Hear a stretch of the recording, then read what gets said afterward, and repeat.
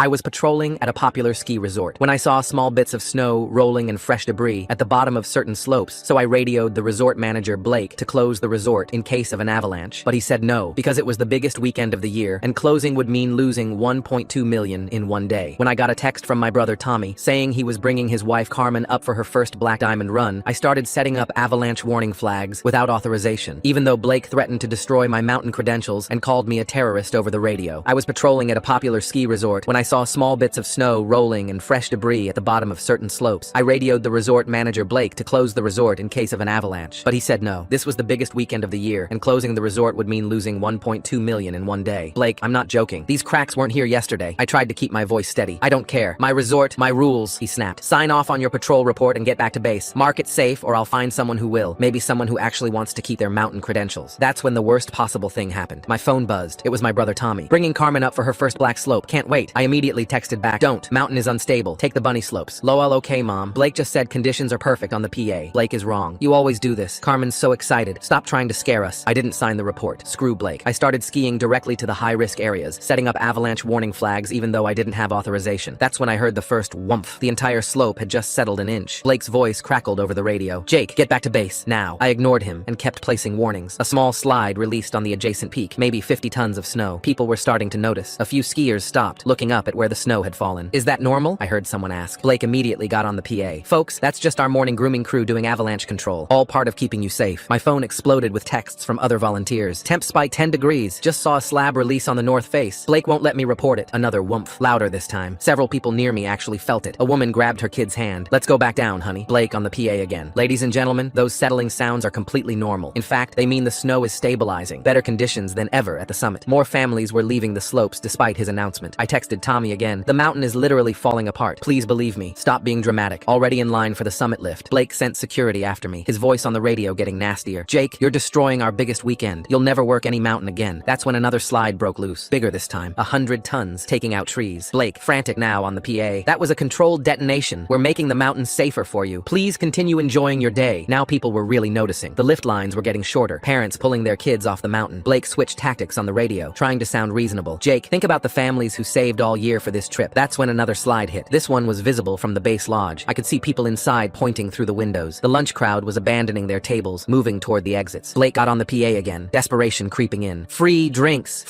at all bars for the next hour. Please remain calm. These are controlled slides. But experienced skiers were already leaving. The gondola line to the summit was thinning out, except Tommy and Carmen were already on it, halfway up. Blake came on the radio, screaming now, Jake, I'm calling the police. You're committing terrorism. Terrorism. More slides. Constant small ones now, like the mountain was clearing its throat. I kept firing warning flares. Blake kept countering on the PA. Disregard the flares. A mentally unstable ex-employee is having an episode. That's when everyone heard it. The rumble wasn't subtle. It came from deep inside the mountain. Conversations stopped. Everyone turned toward Black Diamond. Oh crap, someone said. Oh crap, crap, crap. People started running. Parents scooping up kids. Blake's voice shaking now. Please evacuate in an orderly. The mountain exploded. The entire face of Black Diamond broke loose at once. Through my binoculars, I saw Tommy and Carmen near the summit, tiny dots about to be swallowed. When the roar finally stopped, the silence was somehow worse. I was digging through the debris field when I heard the first moans. A teenage girl, half buried, her snowboard still attached to one foot. I pulled her free, and she immediately vomited. Her lips blue from the cold. My dad, she kept saying. My dad was right next to me. More survivors started calling out. Their voices came from everywhere and nowhere. I ran and continued searching, now for my brother and his wife. I found Carmen first, unconscious in a tree well. Her face was purple, but she had a pulse. Then Tommy's beacon led me to him, 6 feet under, completely buried. I dug like an animal, throwing snow behind me, my fingers torn through my gloves. When I finally reached him, his eyes were open, but unseeing. No breath, no pulse. I started CPR, pumping his chest while tasting my own tears. Other rescuers arrived, but I wouldn't let them take over. 3 minutes of CPR later, he coughed. Pink foam and blood came up, but he was breathing. The helicopters started arriving within 20 minutes. Paramedics were everywhere. I saw a father carrying his son's body. That's when Blake showed up. He was clean, untouched by snow, still wearing his office clothes and dress shoes, picking his way through the destruction like he was worried about getting his pants dirty. He walked straight to the first investigator he saw, some state police captain, and I heard him clear as day. This is my name's fault. He incited panic. If he hadn't interfered with our operations, everyone would have evacuated safely when I gave the order. The investigator looked at Blake, then at me, then back at Blake, and I could see him trying to figure out what was real. 2 state troopers grabbed my arms and walked me to their mobile command unit parked near the base lodge, while Blake kept talking to more officials. I sat in the metal chair inside the trailer watching through the small window as Blake shook hands with resort board members who had arrived in their expensive cars. Officer Dana Brown sat across from me and slid a voice recorder across the table and told me to start from when I first noticed the instability. My hands kept shaking as I described the whoomph sounds, the settling snow, how Blake threatened my credentials if I didn't mark the mountain safe. Every detail I could remember. She wrote everything down while more investigators came in and out asking questions about the timeline. That evening, they finally let me go to the hospital where Tommy was sedated in the ICU, with machines breathing for him. Carmen sat next to his bed holding his hand, her own arm in a sling and cuts on her face covered with bandages. She told me the doctors said he might have permanent lung damage from being buried so long. Through the hospital window, I could see news vans setting up in the parking lot, and inside the waiting room, Blake's face was already on TV, calling it an unexpected natural disaster. The next morning, a man in an expensive suit found me in the hospital cafeteria and introduced himself as the resort's lawyer. He put a document on the table offering to cover all medical expenses if I signed a statement saying I acted independently without authorization when I placed those warning flags. I tore the paper in half right in front of him and dropped the pieces on the floor. My phone buzzed immediately with a text from Blake saying, "I just made the biggest mistake of my life." That evening, Melissa Crawford called me from her car, her voice shaking as she told me she had copies of every safety report I filed this season. She said Blake made her alter them after I submitted them, but she kept all the originals on her personal drive. She started crying when she told me 17 people were still missing under the snow. The Mountain Safety Board sent me an official summons for an emergency hearing about my unauthorized warning actions the next day. I walked into the conference room to find Blake already there with 3 lawyers showing the board-edited radio transcripts. They made it sound like I panicked for no reason and caused unnecessary chaos that led to the avalanche deaths. The board members looked at me like I was crazy and voted to suspend my credentials pending a full investigation. The next morning, Rachel Winters found me at Tommy's bedside, her eyes red from crying for days. She told me her daughter Emma lost 3 toes to frostbite, and her friend Chloe didn't make it out at all. She showed me her phone with Blake on the morning news, calling the avalanche an act of God that nobody could have predicted. Officer Brown called me down to the station for a formal interview where she asked detailed questions about Blake's PA announcements. She confirmed they had multiple witnesses who heard him say the slides were controlled detonations to keep people on the mountain, but Blake's lawyers were already claiming he was relying on my expertise as head of ski patrol when he made those statements. I went to clean out my locker at the patrol station while the other patrollers watched without saying anything. Marcus, a rookie I trained last season, walked by and slipped a USB drive into my hand without looking at me. He whispered that it was helmet cam footage from that morning showing the crown fractures clearly before walking away. Blake held a press conference announcing a memorial fund for victims while pledging full cooperation with all investigations. Behind him on the stage, the resort's sign announced they were reopening with discounted lift tickets to help the community heal. I watched from my apartment as cars started filling the parking lot again and skiers lined up for the lifts like nothing had happened. Tommy finally woke up properly on day 8, gasping and clawing at the breathing tubes in his throat. He kept saying he couldn't breathe, that everything was white and he couldn't breathe, his eyes wild with panic. Carmen wouldn't let me get close to him and told me he was following me up there because he trusted me to know if it was safe. 2 days later, I sat in my truck outside the resort parking lot, watching cars pull in for spring break week. Families were unloading ski gear and kids were running around excited about hitting the slopes. Every time I heard a child laugh, my stomach twisted because I kept seeing that father carrying his son's body through all that snow. The resort looked exactly the same, like 11 people hadn't just died there. The next morning, I was sitting at a coffee shop when Dr. Hayes walked in and came straight to my table. He sat down and leaned forward, speaking quietly about how Blake's security had tried to stop them from setting up the medical station until lawyers arrived. He slid his personal notes across the table, showing they'd lost 12 minutes because of it. I took photos of every page before handing them back. The following day, a process server found me at home with papers from the resort's lawyers. They were suing me for $3.2 million